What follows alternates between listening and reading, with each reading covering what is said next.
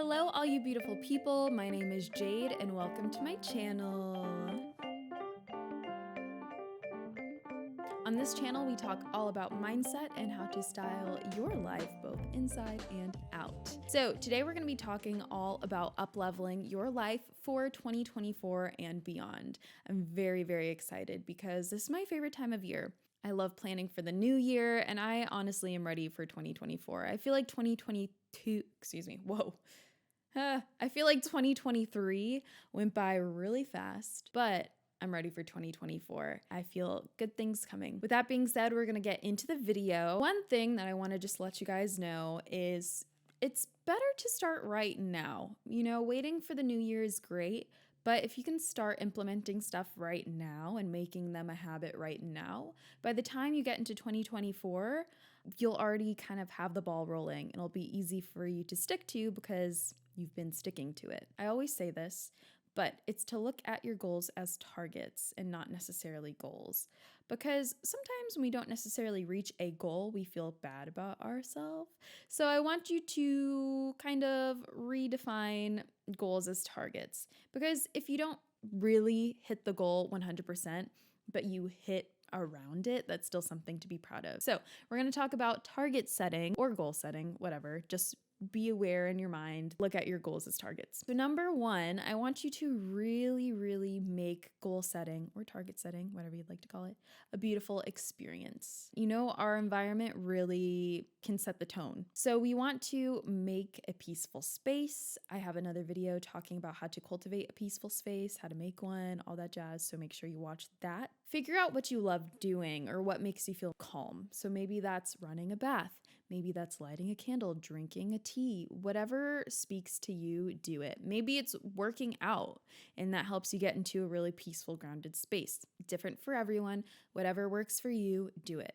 But really make this a beautiful thing. Make your environment beautiful because ambiance is everything. Carve out time. Be intentional with this time. And if you want, do it with the full moon or the new moon if you're into that. But just carve out a good, I want to say like 2 hours to 3 hours to really get in the zone, to really just go all in and focus on you. This is your time. This is your time to really reflect. So before we go into the goal setting, after you've found that peaceful space, after you feel super duper at ease, I want you to do a yearly audit.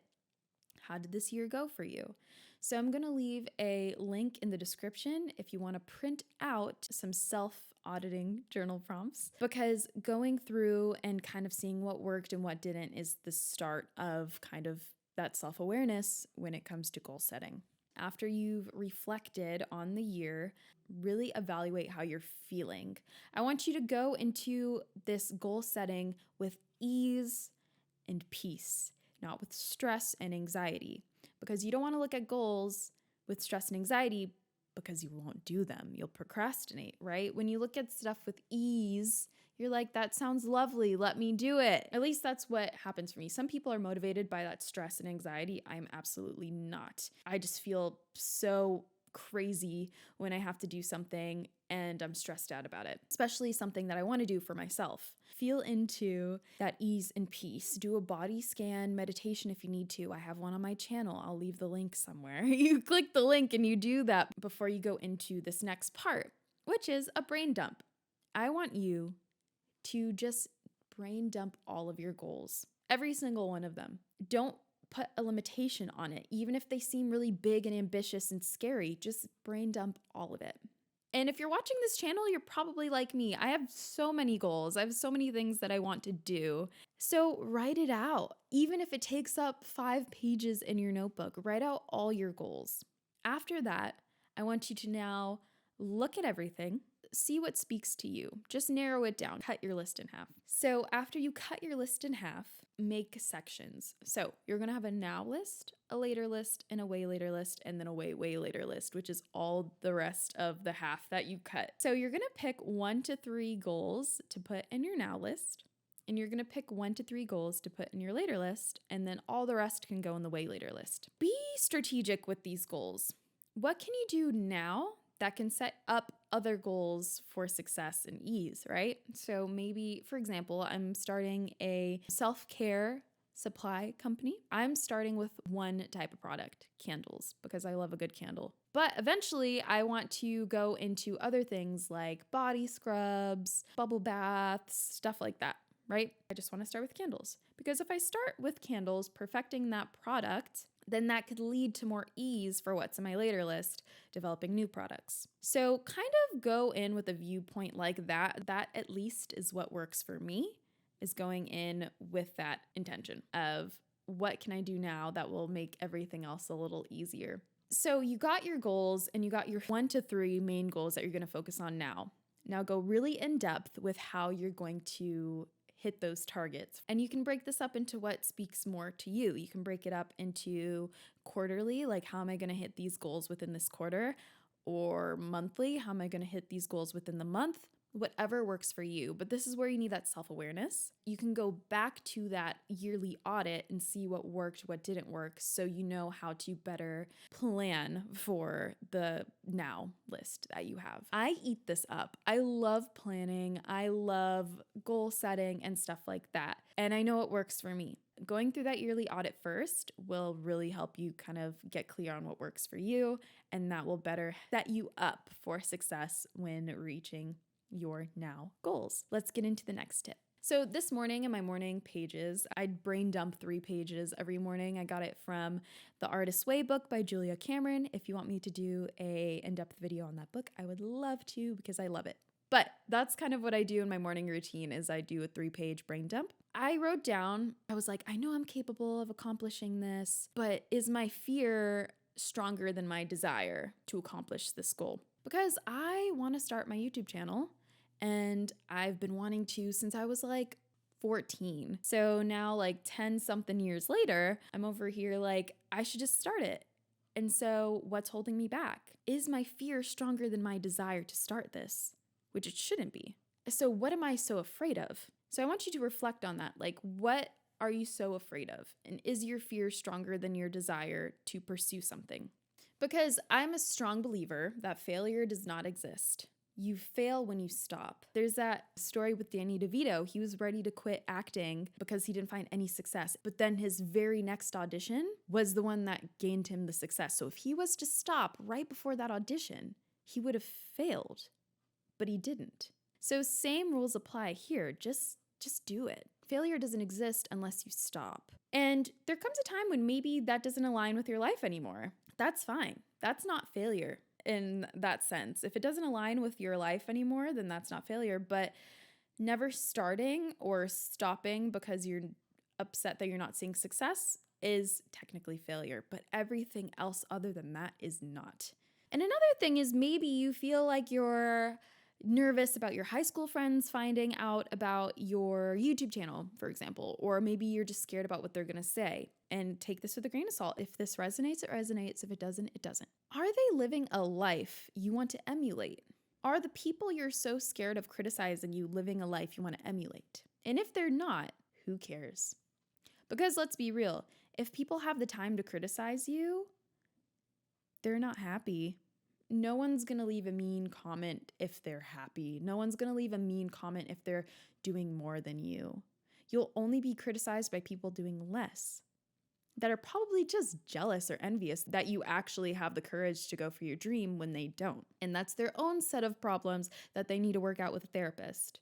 And they probably aren't, because if they were, they probably wouldn't be leaving these mean comments or whatever you're worried about. I want you to also just look at who inspires you and see if this person were to see my YouTube channel, for example, or whatever you're trying to pursue, if they were to see the effort, would they criticize me? They probably wouldn't. I have a lot of people that inspire me, like Michelle Obama, Martha Stewart, Oprah, Iris Apfel. I have a lot of people. And if they were to look at my YouTube channel, they wouldn't be like, you're posting a video about up-leveling your life? Cringe. Of course they wouldn't, because 1, they probably don't have time. 2, they probably would feel like, oh, sick, you're on the right path, you're putting up the content, you're posting, that's great. They probably wouldn't say, oh, sick, but you know what I mean. Don't focus on those people whose lives you don't want to emulate. Focus on the people whose lives you do want to emulate. and know that if they're looking at you pursuing your goal, they're not going to criticize you. And that's what you need to focus on. You need to really focus on the right things, and that's going to lead you to up-leveling your life.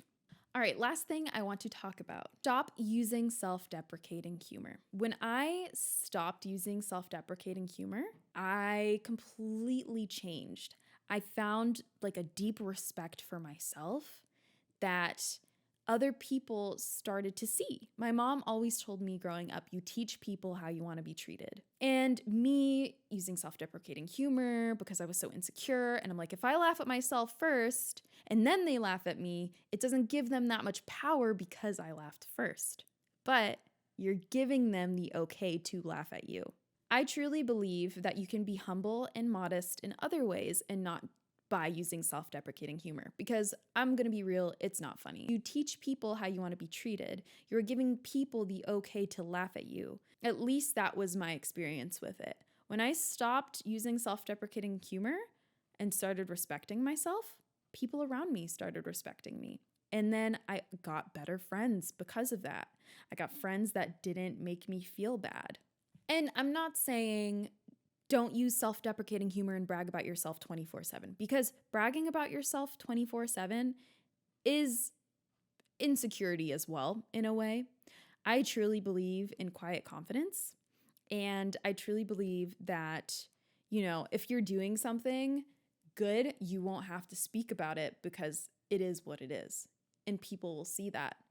So I want you to see where you are talking down about yourself, because words are wands. If you talk down about yourself and you believe it and you're just talking down so other people don't hurt your feelings first, you're going to stay in a rut. Stop using self-deprecating humor and you will feel better.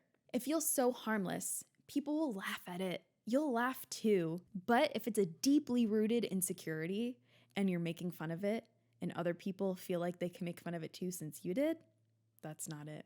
It'll just make you feel worse. I had really, really, really bad skin in high school. I just felt so insecure all the time. Like I couldn't look people in the eye because I'm like, they're looking at my skin. So I started making fun of it. I don't even remember the jokes that I would say, but I would make jokes about it because I was so insecure about it. And I'm like, if I can make fun of it and then other people make fun of it, since I made fun of it first, it won't hurt as bad. Well, it still hurt. And I still felt really bad.